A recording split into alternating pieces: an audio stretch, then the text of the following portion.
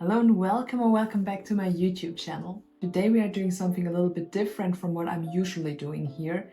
I made you a little tutorial for knitting socks. You know the situation where you knitted the first time, like you made a cute little scarf, then comes the day and you really knit socks and you hate every second of it.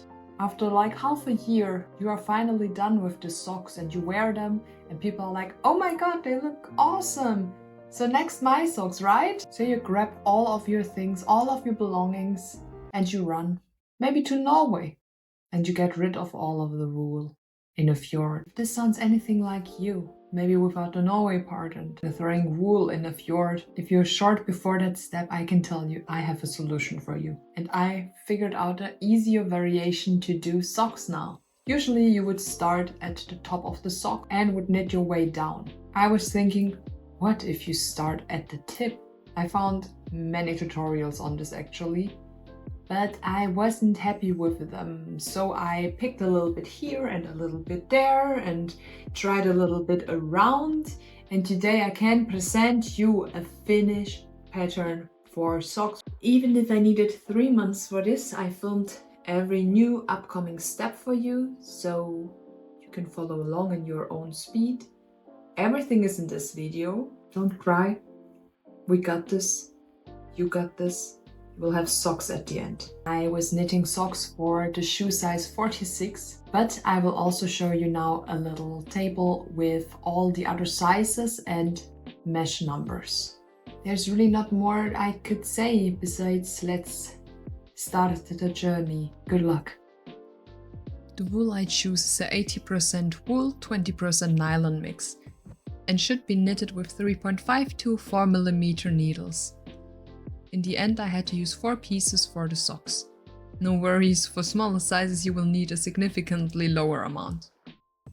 In total we need 5 needles of the same size, and if you like you can also use a circular knitting needle, which I didn't this time. Let's start with casting on the stitches. For these socks in size 46, I begin by casting on 14 stitches. For your size, check the chart.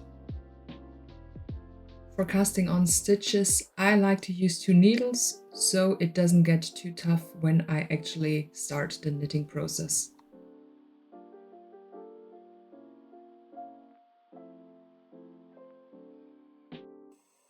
Next, I knit 1 row in purl and then I turn around the piece and go back in knit stitches.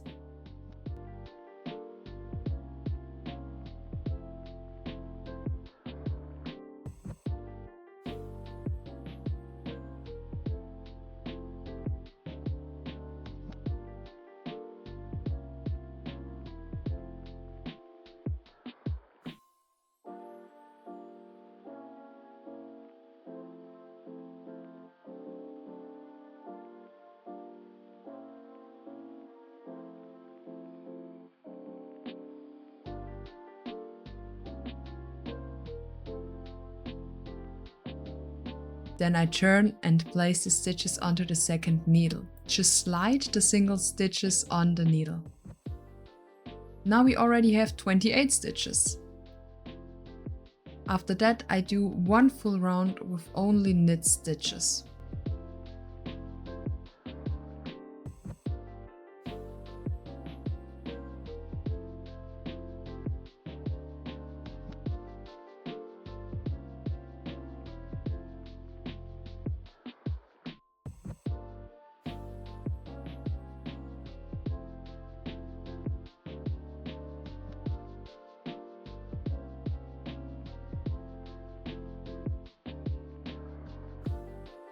Since I need a total of 56 stitches, I slowly add more. I increase by doubling the second and second to last stitch in each round. Knit a normal stitch and then knit through the back loop to make a twisted knit stitch. For me this means 7 rounds of increasing. I do half of these directly and then 1 round without increase and 1 round with, and I just repeat that pattern. If you have 4 rounds, for example, of increasing, you do 2 directly after each other, and then the other 2 you do a normal round, and then you do a round with increasing, and then a normal round, and then with increasing again.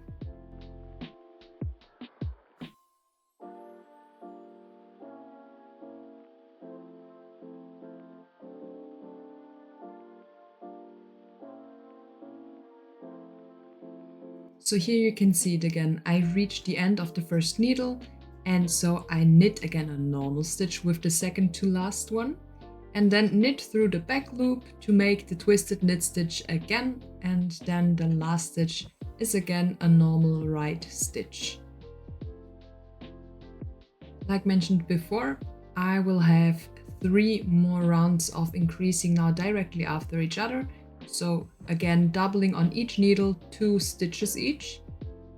After those in total 4 rounds, I will always switch around with a round that is completely without increasing and a round that is with increasing, till I have, instead of 14 meshes each needle, 28 meshes each needle.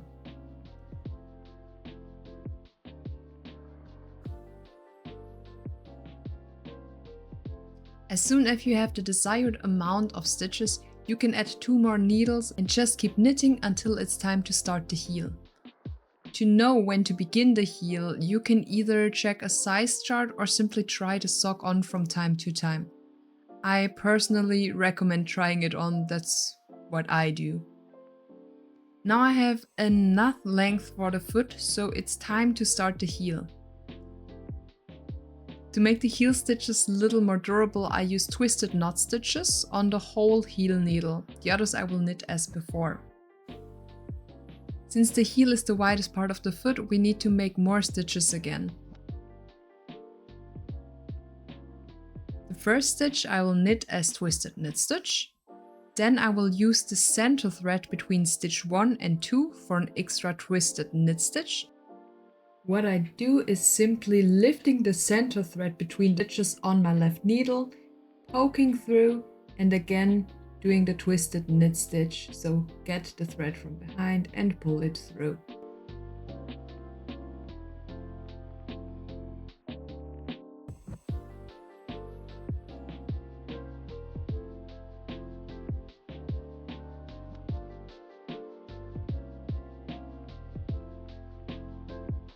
I finished the rest of the needle with the normal twisted knit stitch, and then also start the second heel needle with the twisted knit stitch till I am up to the second to last stitch. I also do this one. Then again I use the center thread between the second to last stitch to make a twisted knit stitch, and then a twisted knit stitch at the last stitch of the needle. The rest I will knit with normal knit stitches. So this was our first heel round. We increased already by 2 stitches. The next round is without increasing, but keep knitting twisted knit stitches at the heel needle. If you are done with that, again do an increasing round with increasing between the first and the second stitch on the first needle, and increasing between the second to last stitch and the last stitch on the second needle. If you like to, you can also already take all of the heel stitches on one needle. I don't do that just yet. I eventually will come to it, but I think it's quite comfortable to use several needles. Now you basically just go on with an increasing round and a normal round till you have double as many stitches on your needle as you had before. So in my case, I had 14 stitches on each needle, and I should end up with 28 on each heel needle. Of course, the other 2 needles are still 14 stitches. Now we have reached the widest part of the foot, and it's time to decrease some stitches again. At the moment, my regular needle each holds 14 stitches, and together the heel section has 56.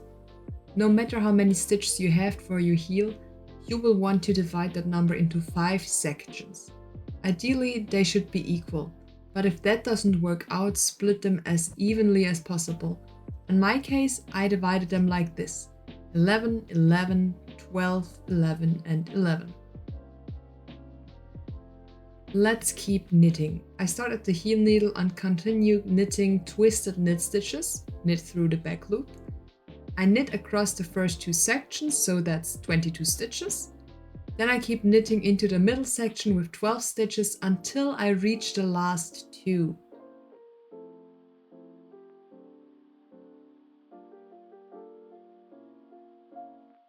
I just kept my 4 needles so far, because this also makes it a little bit easier to keep counting.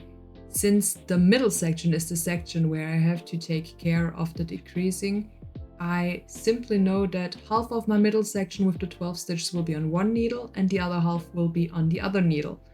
So I simply knit the first heel needle and then I just count 6 stitches. So the decrease is at stitch number 5 and 6. Here's where we decrease. Slip the first stitch, knit the second stitch through the back loop and then pull the slipped stitch over the knitted one.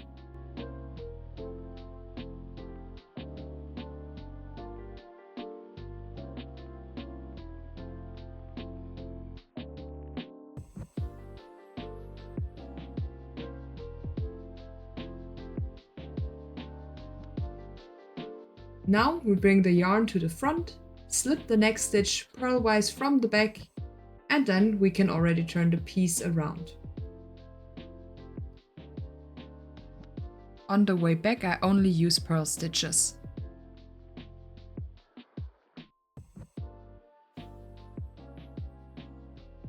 When you reach the last 2 stitches of the middle section again, purl them together like normal. So just simply poke in both at once and knit them with the purl stitch together.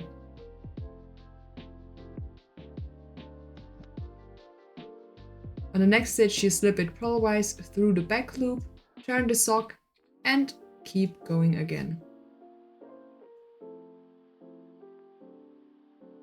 Now you don't really need to keep counting anymore, since there will be a clearly visible gap at the spot you did the last decrease.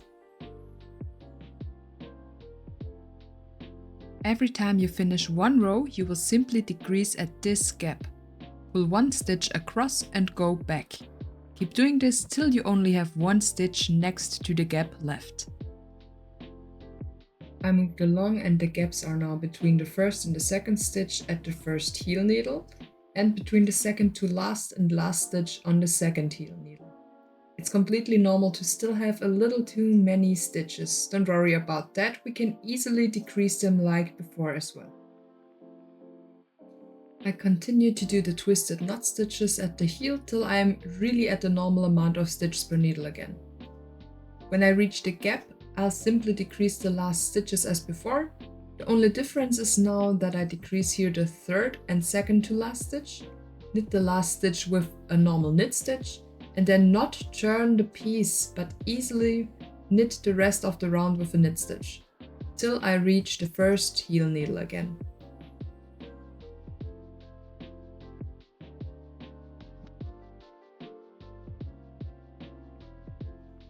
So now I'm back on the first heel needle again.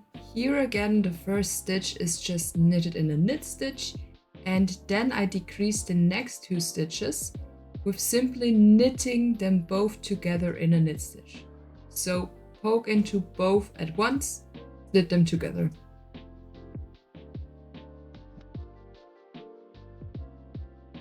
Just continue doing this till you got, in my case, 14 stitches on each needle. As soon as you are back to the normal amount of stitches, you reached the ankle area of the sock. Here you can just move on with normal knit stitches. Of course, you can make the sock as long or high as you want to. On top of the area for the ankle, I also like to add a cuff.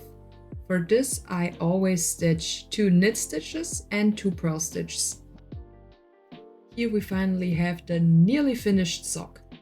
Now you can also see what I meant with the cuff area. Like I said, 2 knit stitches, 2 purl stitches. We have the tip of the sock the whole foot. Then you can see the heel here, it goes up to there. Then we have the small ankle and at the very top the cuff. To finish the sock, I now knit 2 stitches. Then I slip both of them back onto the left needle and knit them together through the back loop.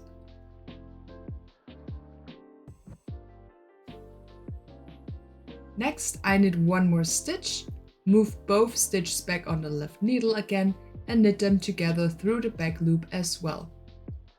Small tip from me, make sure your last regular round isn't knit too tightly and don't pull too hard on the working yarn while binding off. I had a bit of trouble getting the stitches back onto the needle. I keep doing this, always just 1 stitch left on the needle until all stitches are closed. It's really important to bind off loosely or the cuff might end up too tight and in the worst case the sock won't fit. This method here works really well and keeps the edge nice and stretchy. Once you are down to your last stitch, cut the yarn and leave a generous tail and weave it in. In one of the kits we tried before, there were yarn needles included and I really loved them because they have a large flexible eye. But of course you can also just use any regular larger needle that works for you. Thread your yarn and go through the last stitch, then pull it tight to secure it. Now I can just weave the yarn through a few stitches to fasten it off. I do the same with all the loose ends that appeared while knitting, for example when I started a new ball of yarn or at the toe where we began.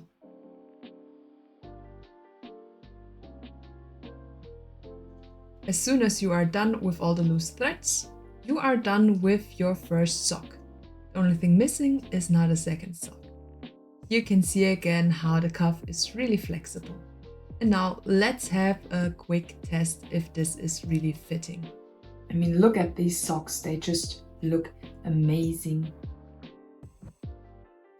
So that's it with the tutorial. I hope that you found out how to make socks. Maybe you watched this video 1 time completely through, so you know what will await you if you do socks. Or maybe you followed along and did the complete socks already. Or maybe at least 1, which is awesome. Congrats on that. Thank you so much for watching. I hope you had fun. If so, please leave a like and a subscription. I hope your socks turned out the way you planned them to turn out. And if you're now up for the other videos that I have uploaded that are a little bit more crafty or artsy, then please check them out. Otherwise, maybe I will see you next week in the next video. Have a good one and bye. Hade popade din gamle chocolade.